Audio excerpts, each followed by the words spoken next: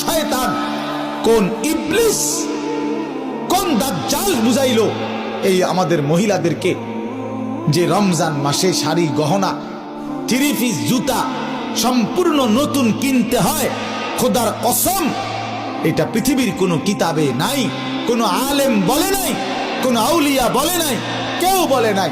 ইবলিস ছাড়া, শয়তান ছাড়া, দাজ্জাল ছাড়া আর কেউ বলে নাই। এটা দাজ্জালে বলছে, দাজ্জালে, শয়তান ইবলিসে বলছে। তোমরা ছেলেরাও মনে রাখো, ঈদ মানে নতুন কোনো জুতা না, ঈদ মানে ইবাদত। ঈদ তার জন্য খোদার কসম নবীজি বলছে ফারাহাতুন ইনদা ফিতরিহি, ঈদুল ফিতরের আনন্দ তো রোজাদারের বেটা, হারাম করে আবার ঈদের আনন্দ কি? সুদখোরের কোনো ঈদ নাই, ঘুষখোরের কোনো ঈদ নাই, মদখোর, নেশাখোর, ফুট্টাখোর, বাবাখোর, ডালখোর, হারামখোর, ইয়াবাখোর, এই সমস্ত অসভ্যের কোনো ঈদ নাই বেটা। তোর আবার কিসের ঈদ বেটা?